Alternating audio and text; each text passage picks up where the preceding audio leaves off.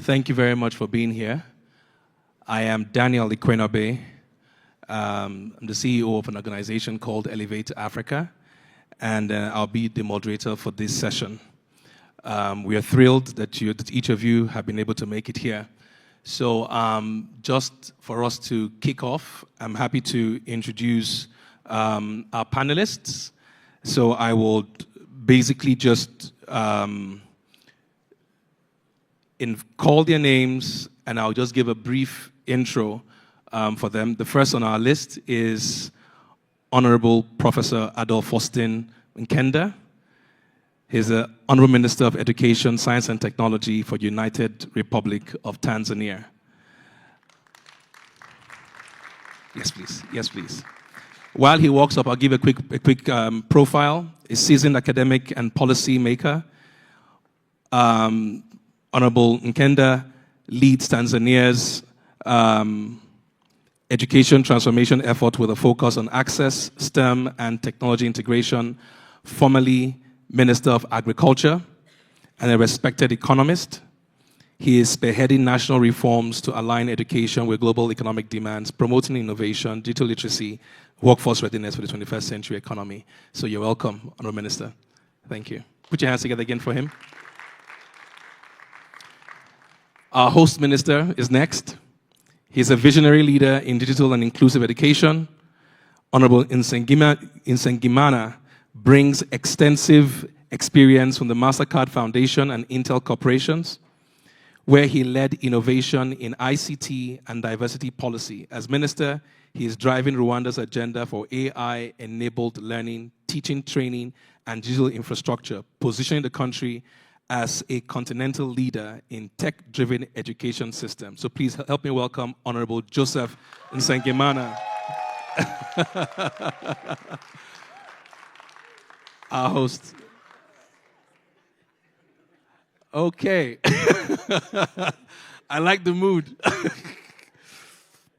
Next is Rodwell Mangisi, Director, Digital Economy, Pan-African Program, Mastercard Foundation. Rodwell is a technology leader with over 15 years in Africa and Europe across Deloitte, General Electric, and now the Mastercard Foundation.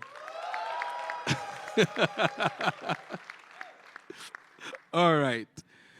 So we have, and I hope you keep that on. Now we have Isabel Neto. Can we have that again? Hey, good. Practice Manager, Digital Development, Eastern and Southern Africa at the World Bank. Isabella leads a $3 billion portfolio on digital infrastructure, AI adoption, and skill development across multiple African countries. You're welcome, Isabella.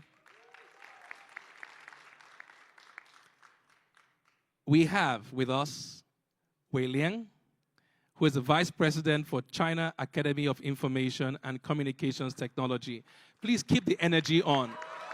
You started it, you have to keep it on. Come on. Is a senior Chinese AI strategist and policy architect. Liang plays a central role in shaping China's national and global AI framework. You're welcome. Good. And last and not the least, we have Emre Varol, who is the founder and CEO of Africa to Silicon Valley. Emre, thank you. You're welcome. Fantastic. Now we have our distinguished panelists. So, allow me to just quickly set a bit of the context here. By 2050, Africa's working age population will almost double, accounting for 85% of the increase in the global workforce. That is not a statistic. That is a seismic opportunity. AI is transforming work as we know it, and the global economy is not waiting. If Africa is to lead in this new age, we must build the bridges between population growth, skills development, and global competitiveness. Now, this is the conversation we'll be having here this morning. And we have this distinguished panelist who will be speaking to that. And so we'll have a few rounds of questions, and then you'll be allowed to ask your question. 2 or 3 will take from the audience, and hopefully we'll come up with some inspiring perspectives that will help us. All right, so let me start my first question with Professor Adolf Mkenda. Tanzania has pushed hard on policy-led education reforms and digital transformation. What is your vision for national strategies that will prepare Tanzania and African youth, not just for today's economy, but for the AI-driven economy and tomorrow? Yeah. Thank you very much, Daniel. First of all, let me appreciate and thank Rwanda for the hospitality and congratulate Rwanda for the leadership in this area. Indeed, we are embarking on major education reform in Tanzania.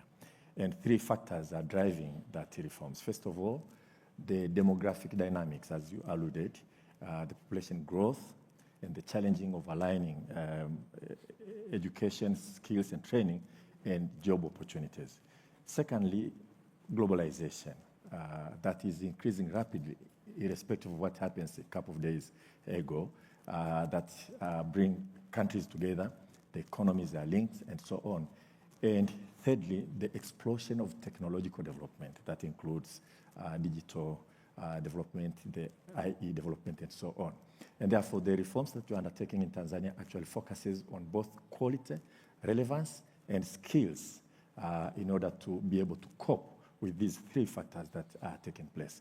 Now, with respect to explosion of technology, we see the opportunities and potential challenges at the same time to be able to make use of digital development across the world, both as instrument of teaching, but also for us to catch up with production of similar knowledges. And within it, embedded is artificial intelligence that is growing up, is catching up, and it is becoming actually adopted by students in classroom and so on. Now, what do we do in Tanzania in order to be able to address those 3 areas? First of all, we are reforming or reorganizing the education overall. Instead of having 7 years of compulsory education, we are moving to 10 years of compulsory education. And then we are going to have 2 streams of secondary education, one which will be general education, and the other one will be skills-intensive, vocational kind of education. We are reintroducing polytechnics as part of high schools for those who follow the stream of skills-intensive, particularly in issues of technical knowledge, the digital economy, ICT in general. That's number 1. Number 2, we have national strategy for the digital education, and within the also policy that drives the reforms, we have issues of technology, digital education, and AI. For instance, we have introduced in our curriculum now coding embedded in our education curriculum from primary education going forward. We increased the teaching of computer sciences in schools, and as I said, we're going to build about 5 polytechnics in Tanzania that will receive students who will follow skills-intensive technical education, who want to go to high school for 3 years, get a diploma and high school certificate, and mostly will be focusing on digital knowledge and also issues of ICT in general. But more than that, we, as in Tanzania, we have decided to host Indian Institute of Technology in Tanzania. We had discussion with them. We established a campus in Tanzania on condition that the degrees they will offer will have to be the degree of Indian Institute of Technology, approved by their Senate. But the main focus will be on digital knowledge and the ICT. The campus is in Zanzibar. It admits students from across Africa. We also have Nelson Mandela Institute of Science and Technology in Arusha. Actually, the institution is supposed to be Pan-Africanist. The idea of Nelson Mandela Institute was to have a campus in Arusha, one in Nigeria, one in South Africa. And also, this is a graduate university that focuses on technology, ICT, and science and technology in general. We are focusing within the reforms on issues of STEM to promote them by offering specialized scholarship now for high school students who want to move on to ICT, to mathematics and natural sciences, engineering and medical sciences. But moreover, I can see you are looking at me all the time. We have, this year we're going to introduce a new scholarship, 5 billion Tanzanian shillings, to send high school students overseas for training in areas where they can both train at the university for first degree, but at the same time will have an opportunity to be able to work with companies, places like Dublin and universities near Silicon Valley. And we are actually looking for partnership, those who can match the fund so that we can increase the numbers. Those who will finish high school, will keep them in Tanzania for 1 year, give them proper orientation, and then they will get a scholarship. We are starting discussions with universities in Ireland and other areas where you have multinational companies or technology to make sure that our students, when they go there for degree, they can also be able to move between universities and also gain skills through companies that are dealing with technology. Thank you so much. Yeah. No, this is very enlightening, and it speaks to the point around the new form of education. Like you mentioned the issue of coding being incorporated into our curriculum. Isabella, from your vantage point, managing digital development across Eastern and Southern Africa, where are your biggest gaps in aligning digital infrastructure with AI-ready skills, and how can partnerships best address them? Thank you. So first of all, thank you very much for having me here. It's really a pleasure, and to see all the energy in the room. Look, I think I would be preaching to the converted, but I think we all see the opportunities, right? We all see how this is so important. I think you said it yourself. We have so many people and young people entering the workforce, specifically in Africa. You have one of the youngest populations, and over the next 10 years, I think development economies will be putting 1.2 billion young people into the market. So it's no longer just, I mean, you need to do this, right? This is really fundamental for economic growth. It's not an option. And then we're also really seeing on how AI is shaping labor markets. And what our research is showing is that it's really important to see how you have governments, private sector, and then also development partners working together. And so we come to the gaps, right? You were asking me what are some of the gaps in putting together these initiatives. And so we actually see there's several gaps, but maybe to talk about two of them. One of them, really the fact that there's sometimes this mismatch between skills and where you have the infrastructure. So for example, you may have, and we are seeing this in specific countries, we see these digital skills initiatives really accelerating and taking hold and being quite successful. But then sometimes that happens in places where the people that are being trained do not have access to the infrastructure or to the computing capacity, or sometimes even just the basic devices. So that then it's difficult for them to go from having the skills to actually go to job opportunities.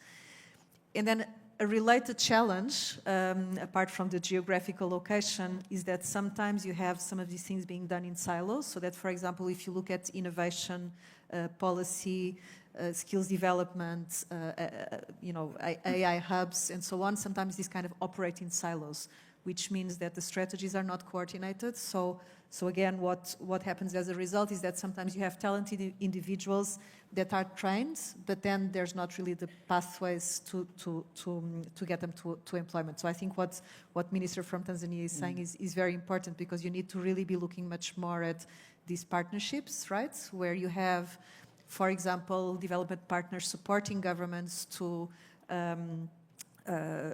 for example, to create good policies that integrate all of these, that connect these initiatives to job opportunities directly, while at the same time the private sector may be also co-investing on tech hubs and so on. So it's really about having an idea of all these things that need to be there, but making sure they're actually working together and they're integrated. And sometimes that's one of the challenges, because that's not something we tend to do very well, including us.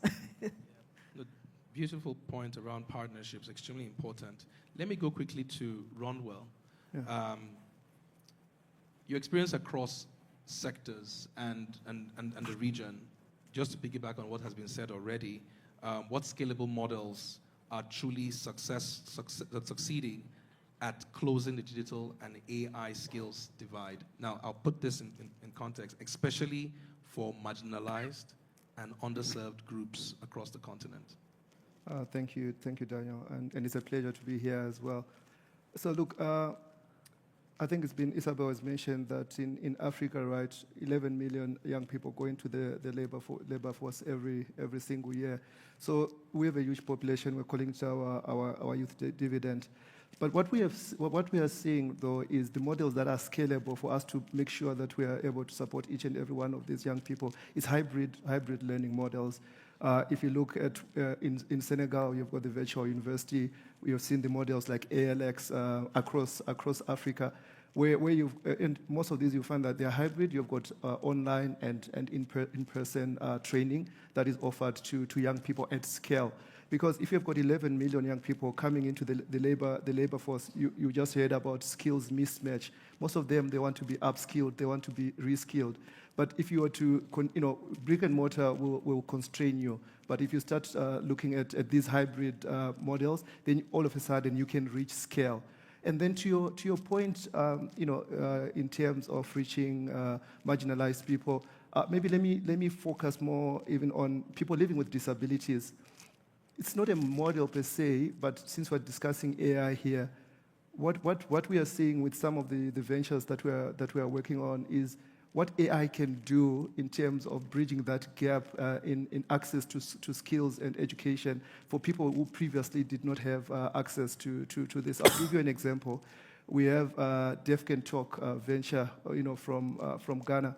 What they are doing is, using an app, someone with hearing impairment, they go into the same classroom, right, as someone without the same impairment, and they're able, this transcribe the notes for them. So all of a sudden, children, we used to go, I think growing up in Zimbabwe, we used to call it, like a special school, right?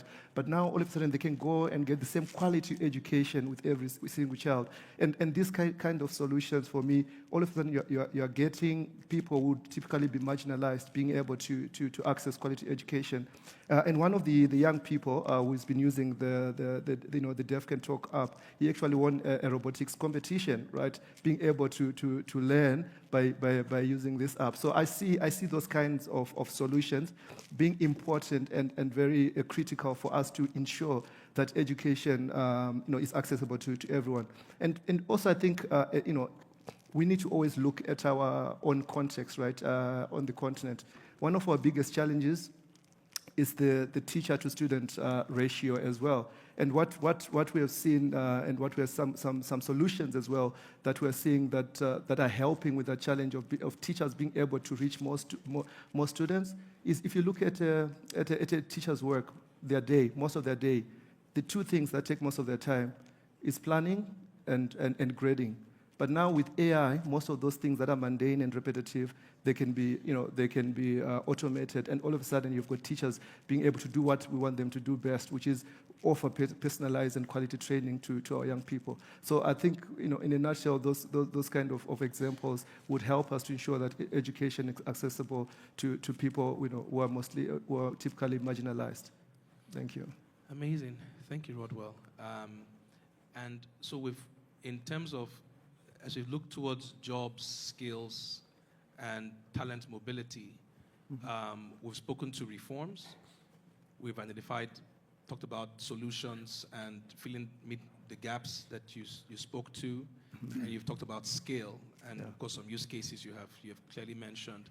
I would like to go to Honourable Minister for Rwanda, Minister Joseph Nsengimana. So Rwanda has positioned itself very strongly as a leader in tech-enabled education, and you're clearly an example. As AI becomes more integrated into learning systems, how can we ensure that it promotes critical thinking and local innovation rather than fostering intellectual dependence or external reliance? Thank you very much, Daniel, and let me take this opportunity to welcome you all to Rwanda. Hope you're having a good time and enjoying the conversation as I am. Thank you for that question. I think you're right. Rwanda has decided that technology is going to be part and parcel to everything we do, including education. I think it all starts with a vision. There has to be a vision, it has to be intentional, and you have to really be purposefully looking for it and actually implementing it. So for us, when we look at the 21st century we live in, it is evident that you cannot circumvent technology in everything we do, in the way we live, where we learn, and where we entertain, in all. So it was imperative that we find ways to tap into the technology in order to increase learning outcome. The Honorable Minister from Tanzania mentioned the fact that they are now incorporating, coding and programming into the curriculum. We've done the same. We actually have currently through our schools from primary on. We actually do have programming coding courses. We also have an awareness in the technology, making sure that from the student to the teachers to the parents, there is an increased awareness of technology and what it can do for you and its limits. So if you look at, in general in Rwanda, for instance, we use mobile money quite heavily. It's actually rare that I don't remember the last time I touched a bill, the money, other than using mobile money. And actually, it's not just me, but it's most people in Rwanda are using mobile money. And so if we are using this technology to transact, why can we not use technology to learn? Yeah. And I think if we go back to your question, the answer is actually in the question itself. You said, how can we embed AI in learning? We didn't say replace learning with AI, right? It's we are using AI to learn. So the emphasis is on the learning, not the technology. And I think most of the time we make a mistake to equate learning or education with technology. It's not the same. We have to keep our eyes on the ball. We want to learn. We want to teach our kids to learn. We want to teach our kids to think, to analyze, to communicate. And AI provides a great opportunity to augment what they do, to help them in what they do, but it cannot replace what they do. It can't replace them. And I think that's an emphasis that we have to really place on our discussion here today. So in Rwanda, we're doing that. So we run competitions, AI competition in secondary education, for instance, for our kids to practice and actually develop these models, but with an understanding that they are solving a problem for the community. They are not, in essence, throwing the question to the AI machine and then expect an answer to come out. They are using it. And so this is, I think, when we go with that mindset, we would ensure that we are using technology to better the condition of humankind and not replace our own way of thinking, our own living with the machines. Thank you so much. This has been quite helpful. I mean, we've talked about reforms, we've talked about gaps, filling the gaps, we've talked about scale, and then integration and embedding AI within our typical learning process. I would like to move over to Wei right now. China has developed one of the most ambitious and skilled AI talent strategies globally, right? From your experience, what practical strategies or framework could Africa countries adapt, particularly in balancing innovation, regulation, and accessibility in AI development? So we would like to say, okay, what are the learnings that we can leverage from your experience? First, I would like to thank you to have me here. I'm very happy to attend this very successful summit. And thank you for your question and your kind words about China. I would like to share some information in my understanding. I think that's very important. I think first is a long-term plan. And Chinese government have published a new generation AI development plan in 2017. That's 8 years ago. In this document, we lay out the framework, technology, innovation, industry development, and a lot of things. And in recent years, the central and the local government published the AI action plans, and the industry follows this document, and we get a very successful result. And the second, I think, education. By the last year, we have about 500 32 universities provide the undergraduate AI program. And we have about 10,000 graduates every year, and they are powering the AI industry. And we are integrate the AI program in prime and secondary school these days, education. And third is the infrastructure. In China, we have a very strong infrastructures about the power supply, about the 5G access backbone, cloud computing, and computing power. And this infrastructure can provide a solid foundation for AI talent and for AI talent cultivations. And then I would say the ecosystems. We have CHAPS. We have more than 200 large language models, including the very famous DeepSeek. And we have a lot of companies. These companies cooperate with the universities, they have the internship. And in this internship, we can give the students practical knowledge that can gap their. That's very better for the talent cultivations. And then some policies. In Beijing, in cities like Beijing, Shanghai, we have an incubator system. In this system, we gather the talent, we gather the capital, computing power, startup teams, and give them a lot of consultant and experience. And that's very good for that's very good for the companies. And also, we have international cooperations. We joined the international programs, just like yesterday they mentioned the AI for Good and a lot of things. And I think that's maybe give some sense. I think maybe Africa country can give some good information about this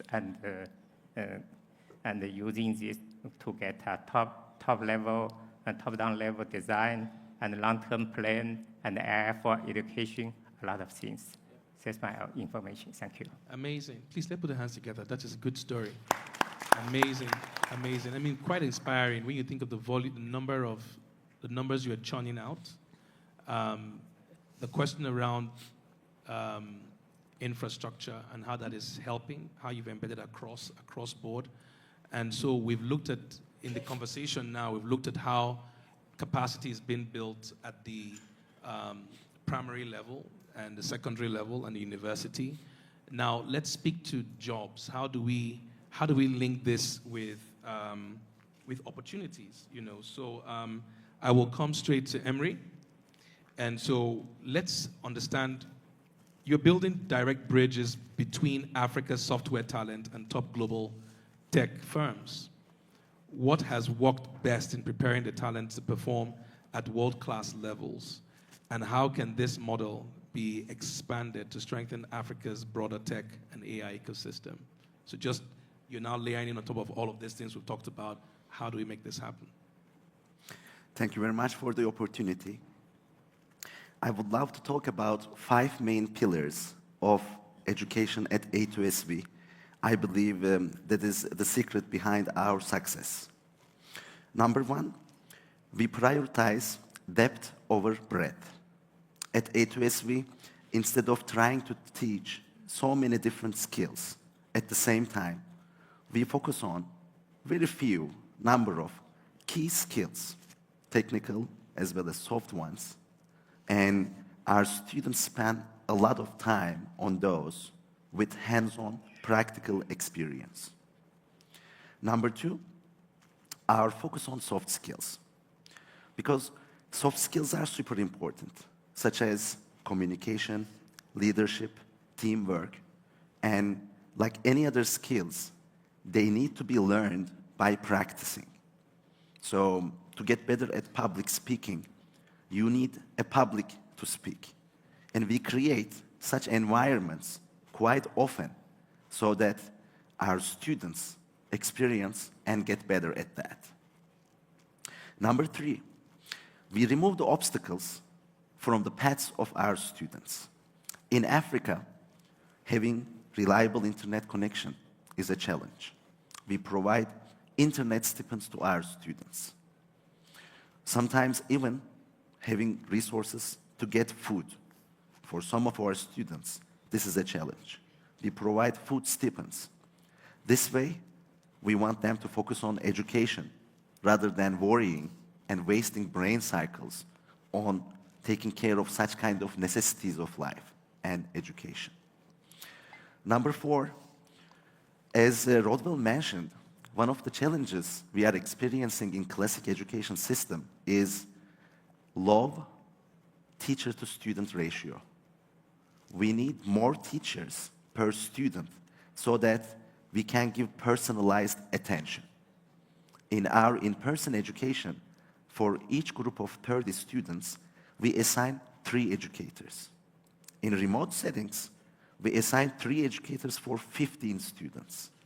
And these numbers have come with experience. We talk to our educators, we talk to our students to make sure the program is going to be effective. And when you look at it, even in in-person education, we are capable of assigning 1 teacher per 10 students. It means our teachers are capable of having one-on-ones with their students once every other week. Like when you think about it, this happens in the industry. Pretty much everybody has a manager that they report, they meet together with some frequency, and they get supported. And it is very intuitive to think that doing this at the earlier stages of the careers of our students is very helpful. And lastly, number 5, success breeds success.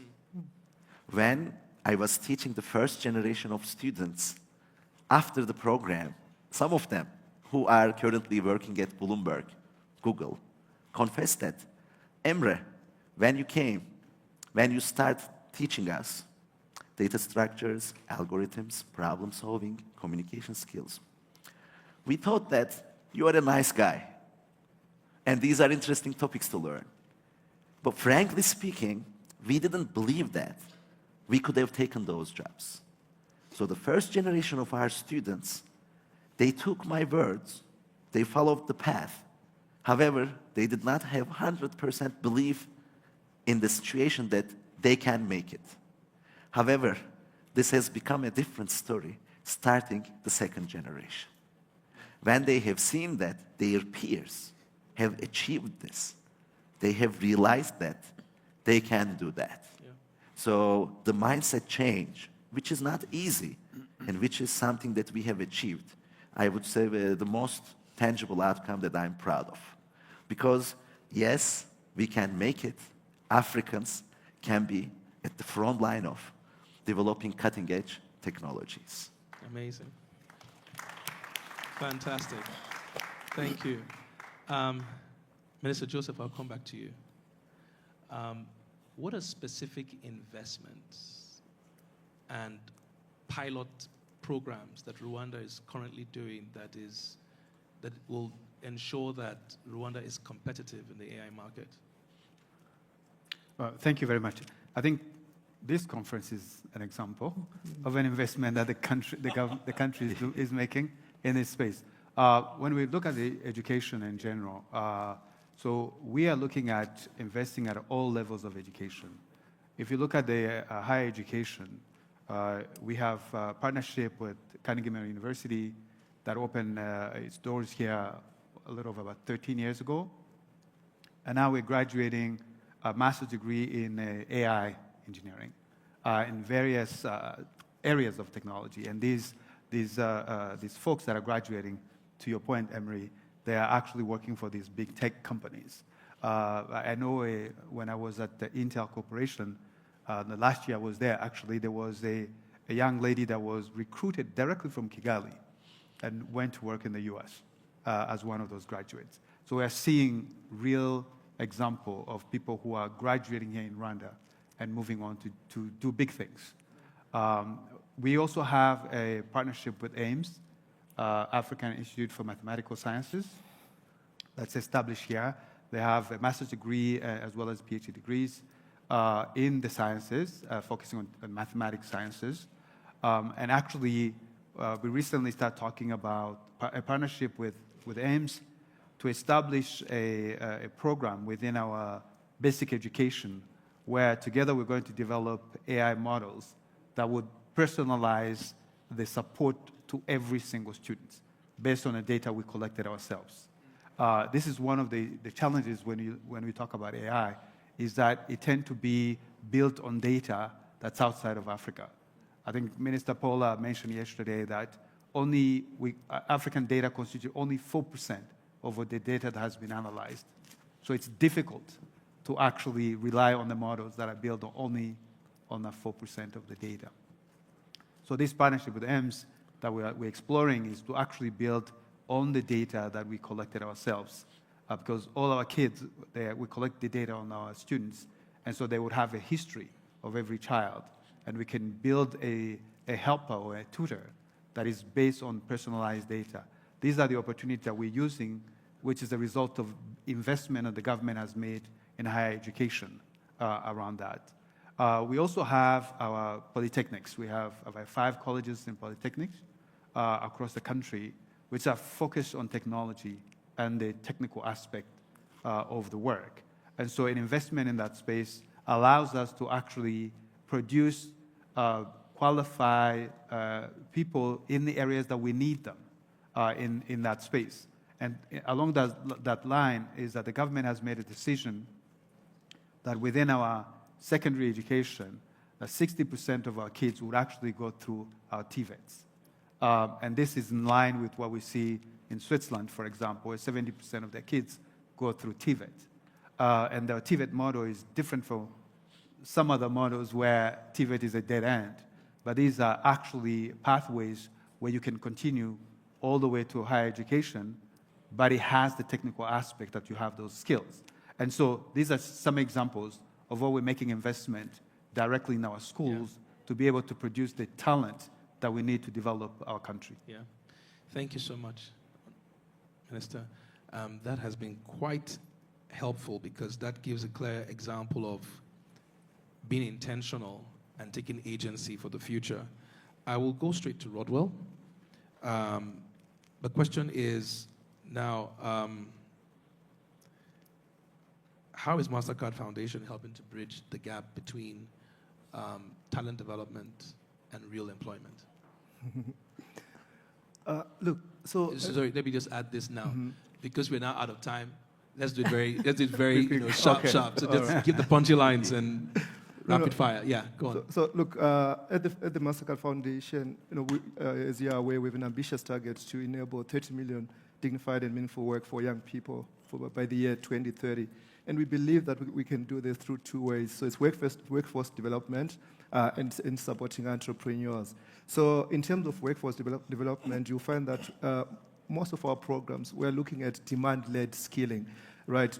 The mismatch that we've been discussing here, we need to ensure that the skills that the young people that we're giving them, they can help them transition to work. Because our challenge, sometimes you find that the challenge is not in the skilling, it's in the transitioning to work. So really, we are working on understanding the demand side of where these young people can move to. And then, but the other thing that we cannot forget is most of the continent is informal, right? Is an informal sector. So the question is, how do you help these economically marginalized young people who have got ventures? And we have programs, for example, in Ethiopia, where we're looking at, we've supported alternative scoring models that all of a sudden you have got these ventures getting access to finance because one of the biggest hurdle for them to actually start being productive in the economy, they need access to finance. So that's how we are enabling workforce development and supporting entrepreneurs.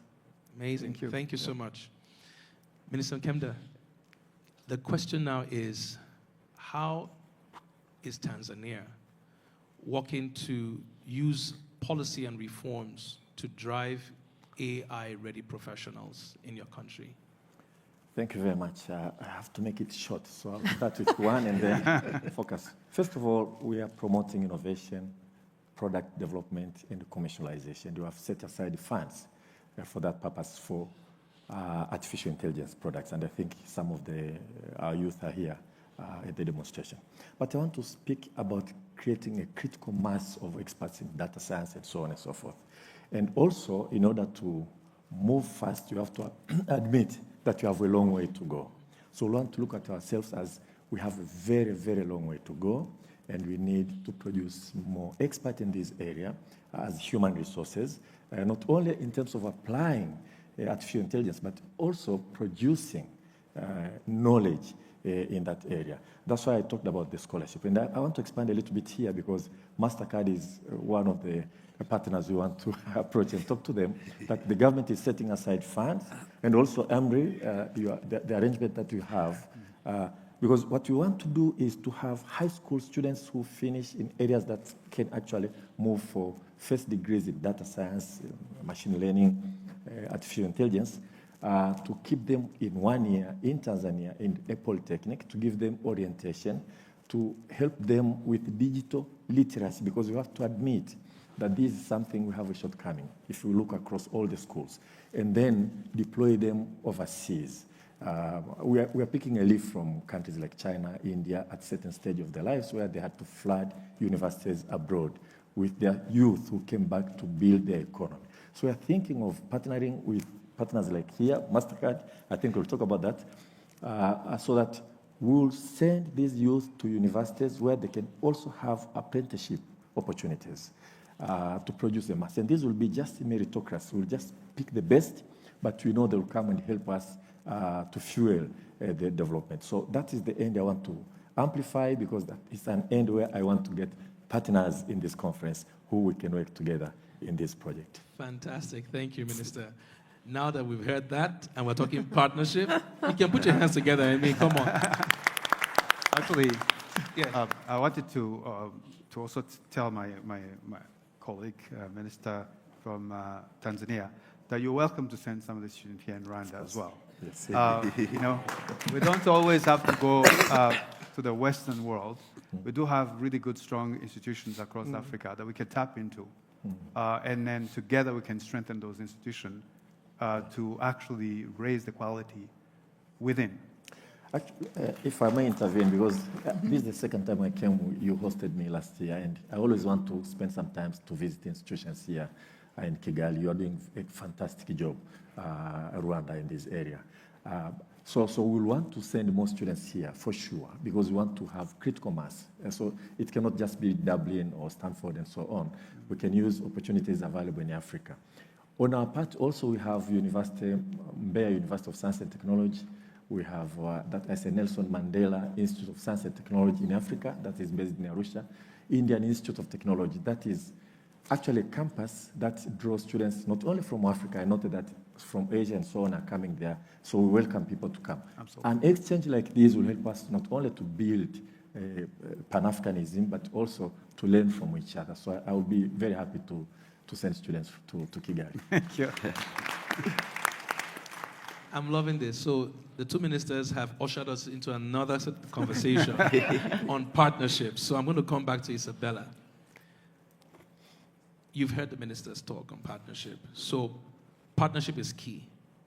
What would partnership look like when you think of government, private sector development partners, particularly as we're looking towards AI development for professionals in the continent? What should be the structure, the framework for that kind of partnership? What would it look like? Yeah. So I think that's a super important question. And to me, even to start with, it needs to be about a partnership where there's really country ownership and shared incentives, right? Otherwise, it's not going to work. If it's not something that, let's say, a particular country really feels it matches their needs and so on, it's not going to work. It cannot be kind of a copy-paste that comes, right? But then really there's different roles. I mean, governments clearly have this role in looking at the foundational education and all the initiatives that the honorable ministers have been talking about, but also setting this vision and just even making sure that whatever is being done actually matches the actual problems in the country, right? That it's not just about tech trends, right? This is not about technology, as you were saying, but it's about what kind of opportunities we want to provide, but also what are the kind of development issues that we may want to solve. And then I think institutions, international organizations, partners like the World Bank, but many others, I think our role is also really a bit, obviously a bit different. I think there's obviously a role about financing, where we can be providing catalytic financing and taking innovations and programs that government has to scale them up, give them scale. And I can think of, for example, the program that we have here in Rwanda, that has just been launched, where we're giving grants to entrepreneurs for them to be able to scale, right? I think there's also a big role in just establish what we sometimes call south-to-south learning, right? And I think what we've just heard here is fantastic. And it's something that I'm seeing more and more. I mean, we just had 2 weeks ago our Global Digital Summit in Washington, and it was so inspiring to see countries talking to each other, sharing the experiences, but let alone our Washington conference. We're seeing, we have a project in Malawi, they're here in Rwanda this week to visit. We have projects in other countries that we're taking to Ethiopia that is working on digital ID and innovations about it. So really establishing those links, I think, is so important, because there's so much going on already. And so we're planning also a digital academy for policymakers, a use case repository, an AI for D lab, where we can precisely maybe help facilitate some of these exchanges so that countries do have access to already has happened already. And then, of course, private sector. It's about the technology, the linking these talent pipelines to job opportunities, and being able to provide, very specifically, let's say, offering tools, computing credits, and it's, when you put all of that together, I think it's quite powerful. And maybe just one last point, because I know we need to be short. I think there's so much going on already, right? And where you link these regional tech hubs with global companies, with local institutions. And so maybe it's also about, again, learning from each other. I mean, because I think there are several examples already, but can we maybe learn more about the actual models that are helping and then scale them up rather than... so I think it's good to have different models, but then let's also learn from them and see how this can be scaled up in a different way. Because that's where maybe we can accelerate. And it is fantastic to see so much willingness to work together and make it happen, right? Amazing. Thank you, Isabella. That's beautiful. I'm going to band the last 2 questions together before we open it up to our audience. Both Wei and Emre. So one, I'll look at how do we... International cooperation. How can Africa take advantage of established AI ecosystems like China? If you can just speak to that, very quickly, and then you pass it on to Emre, quickly, so that you then talk about your experience with A2SV and how tech hubs within the continent can be scaled up, and we can get more impact, with the tech hubs, right? Just speak to that ecosystem as well. So let me run with you. I will be short. I think the first is differentiate development. That means I think maybe every country do not need to develop a large language model from zero. They can use the data and the scenarios such as in healthcare, in agriculture, and some areas, and data and scenario, and then fine-tune the open source language model. I would like to suggest DeepSeek. It's based on MIT protocol. That's very kind of protocol. You can use it everywhere. If you set up locally, you do not need to worry about the security, privacy, everything, and it's all free. And also, I would like to say that maybe we can have some incubator system to attract the Chinese team to use this scenario data and do some fine-tune. Then you can get a language model about Africa language and Africa culture. And the second thing, very briefly, is make good use of the existing cooperation mechanism. Last year, in Forum on China-Africa Cooperation Summit, Chinese President Xi Jinping proposed the establishment of China-Africa Digital Technology Cooperation Center. In the outcome document, we find that China-Africa will jointly train about 1,000 digital talents. And a lot of these things, we can use the existing corporations. That's all. Thank you. Amazing, amazing. So, Emre. I'll keep it short. And I want to make it clear that to get the best out of the efforts, universities and tech hubs, they shouldn't see each other as parallel tracks. Universities need to have industrial objectives and outcomes. It is the place where we have the higher education taking place. Universities need to produce entrepreneurs, need to produce tech leaders, and we need to take a look at these outcomes so that they are going to start producing results. Likewise, the tech hubs shouldn't only feel responsible for industry outcomes, but they need to have efforts in education. Because the technology trends are changing very fast. So that's one of the powers we have at A2SV, because we are a non-profit tech academy and incubator. So we do education, and we also build digital products. And the trends are changing. Generative AI is changing the way we do things in every sector. And it's easy for us to embed, because we have to use it for education as well as incubation. Fantastic. That's a great place to end the session. But before we close, I think we'd like to hear from the audience. Please just go straight to the question. Let me take 2 questions. I have one here, and then I have one on that side. If you can keep it sharp, the lady in front. Hello. My name is Michael from Certified Tanzania Company. We are developing Swahili LLMs. And I have one question about the panel. So we are African entrepreneurs. We are trying to make solution. How our government or they're going to trust African entrepreneur compared to Western? Because now if I'm going to sell my LLMs, some people prefer more Western or Chinese, now DeepSeek, but none of us care about okay. How do you get GPU? That's the first question everyone asks you. Like, how do you get GPU? We use our own money to buy GPUs. We collaborate with university, but still, we don't get the support from... If no one buys our product, every of this will be, I guess, nothing. Okay. Thank you. Let me take the other one quickly. Yes. Right? Sorry, microphone.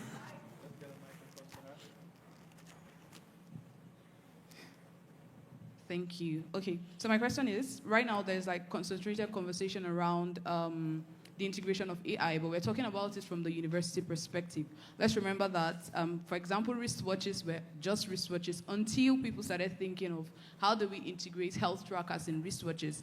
And specifically, I want to know what's Africa doing towards understanding how vocational studies could also learn how to use or integrate AIs. For example, agriculturists profiling an AI solution to an agricultural, problem is different from when someone that just did machine learning in school is doing it. So how exactly is Africa, profiling the solution? Thank you.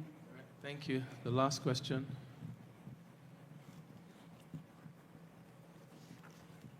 Okay, my name is Bettina, and my organization, what we do basically is to simplify tech, to allow children understand that when it comes to tech, it doesn't have to be like the big guys, the big programming. As simple as graphic designing, it's already a basic tech skill. So my question now is, how can we scale community-based digital learning to support national or global workforce by simplifying this tech and not making it look like it has to be it has to be from the programming, the AI, as simple, basic tech education, basically. Thank you. All right, thank you. So we have 3 questions. Who would like to shoot first? I can take a bite at it. So I'm going to skip the question from Tanzania from my honorable colleague, the Minister of Tanzania. But I think one of the questions that was asked around the practicality of technology, particularly AI. So when we think about technology, we need to start by thinking, what is the problem we're trying to solve, right? And so if you use an example of agriculture, I have a farm, I need to irrigate, water costs a lot of money. Then I start asking, is there a way I can actually do this in a way that is efficient, that reduces the cost to me about the water?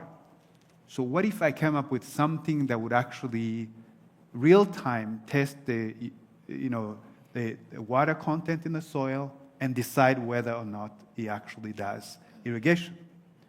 That's starting to get, I can have an AI solution embedded in my irrigation system, where the irrigation system moves, checks the content of the soil, and if it needs water, it releases the water. If it doesn't, it moves on to the next spot. Those are the kind of real solutions that requires then the technology. So you didn't start out with the technology, you started out with the problem. And then you find the ways of addressing that problem using the technology that's at hand. So I think the practicality, that kind of collaboration between the academia and the real-time, the community or the market is what's needed, is that collaboration that is needed. That's how we're going to solve the problems that we face. Otherwise, we'd have a lot of theory, but not a lot of practicality in the solution that we do. So I think that's what I would offer. That kind of collaboration between academia and the private sector is going to actually channel this energy into real solutions that actually impact the people. Amazing, yeah. Thank you very much. I think I has tackled Tanzanian question very well. Now, let me put a broad statement here. There are two aspects about technology. To be a player in the development of technology and to be consumer and user of technology. And we must do both. We should not just think ourselves as the consumer of technology developed elsewhere and adopt it to our environment. That's why when we are talking about sending people abroad to learn, to be in the forefront, to be in the apprenticeship with big tech companies in order to start to absorb technology and feel more confident in terms of being a key player in development of technology. Now, with respect to the question, and I thank you, Honorable Minister, I just want to highlight in Tanzania, for instance, now we have competition about innovations, and we have incubation system, and we also support product development, and we have specific dedicated fund for commercialization. And the government is committed in our guidelines that once we can commercialize something that we can make use of, we'll take preference to products developed within the country. So we are not just looking for something from outside. After all, most of the product development within the country try to solve problems unique to Tanzania, probably will not be able to get solutions from elsewhere. In terms of vocational education, actually, and I like what I heard from the minister from Rwanda. More or less, we are approaching the same thing, because when you go to secondary school in Tanzania now, you have to choose whether you're going to general education, where you learn computer science and so on and so forth, or you go through vocationalized secondary education. A large component of it is technical education. And there also we try to train, embed technology to be able to use it. Whatever you're going to learn, whether you're going to you're going to do some kind of engineering work or carpentry or something like that, but we also encourage the use of technology going forward. So it's important. We cannot escape technology right now. We just have to move with it. Thank you. Thank you. Okay, so you... No, I want to take the next question, but it's fine. Oh, you want to take the other question? Yes, take the other question. Yeah. So the young, the lady on that side, I really concur with what she said in terms of, I think when we have these discussions around AI, we can focus on the shiny and the fancy, and we forget the realities that we have on the continent. So if you look at the way that we have designed programs, we have archetypes, right? And we are always trying to say, how do we get beyond the tarmac? If I give you examples to answer straight directly to your question, we have young people. We have started companies, ventures that are really targeting that basic digital literacy, just at least to get our young people on the continent onto the same playing field as everyone else. They've created, like the company I'm talking about, they've created a mobile, almost like lab, right, where they go around to the most marginalized communities, and they're teaching them from basic literacy. And then one of the things I think in Nigeria as well, right, we have a partner. We're seeing that some of the people that we're trying to assist, the literacy level is quite low as well, right? That's a reality of where we are.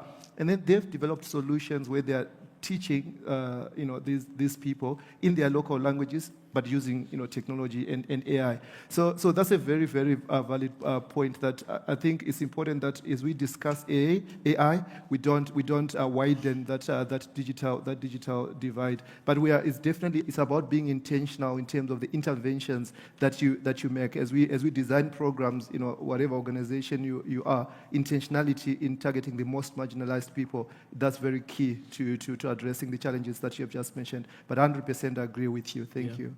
Thank you so much. Good. So we are out of time. And before we leave, I would just like all the panelists to just, in one sentence, what is that bold action that you are taking to improve, scale the AI talent pipeline in Africa? All right, shoot, I'll go from here. Oh, in one sentence, okay. Yes. Let's go. So from our side, this year actually we will be scaling up our AI Digital Academy that provides targeted training for policymakers, but also scaling up support for innovation hubs, where we are doing not just the skills, but also connecting it directly with infrastructure and entrepreneurship so that you get talent that is not just trained, but it's actually activated. Fantastic. So for me, I think where we ended, right, just to continue to design with intentionality for those beyond the tarmac, not to forget those beyond the tarmac. Amazing. In education, both learning, teaching, management, improving efficiency, but at the same time, because it's the Ministry of Science, Education, Science and Technology, we are also doing a process of incubation, competition to promote innovation, local innovations, scaling them up, support them, and put aside a fund that will help them to commercialize their products. Very good. Okay. And the China BRIC AI Development and Cooperation Center, I'm the vice director. We will launch a series of AI training program in Shanghai. And I hope that we'll get the southern country and aim to enhance African talents' AI skills. I will invite you all to Shanghai, July. Show you a lot of things. Thank you. Fantastic. Thank you. I'm a former machine learning engineer, and at A2SV, we are embedding generative AI from top to the toe. On education end, we teach the skills that they need, and in the incubation end, we embed it in the solutions that we provide in all the digital products. Minister Joseph. Thank you. I think I'll echo what my colleagues have said. It's to be intentional in what we do, and then address the issue along the value chain. Infrastructure expansion at schools. We are on track now to have 85% of our schools connected to internet and accessing it. And then in making sure that AI is embedded in everything we're doing through schools. And also increase the education and generation of AI talent at the university level.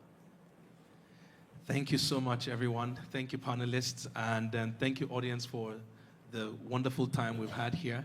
It is clear that what we need here is agency, partnerships, have ideation and piloting, and then look for opportunities for scale. And I'm glad we've had this very, wonderful conversation. And I look forward to interacting after this session. So thank you, everyone. Let's put our hands together for this wonderful panelists. Thank you.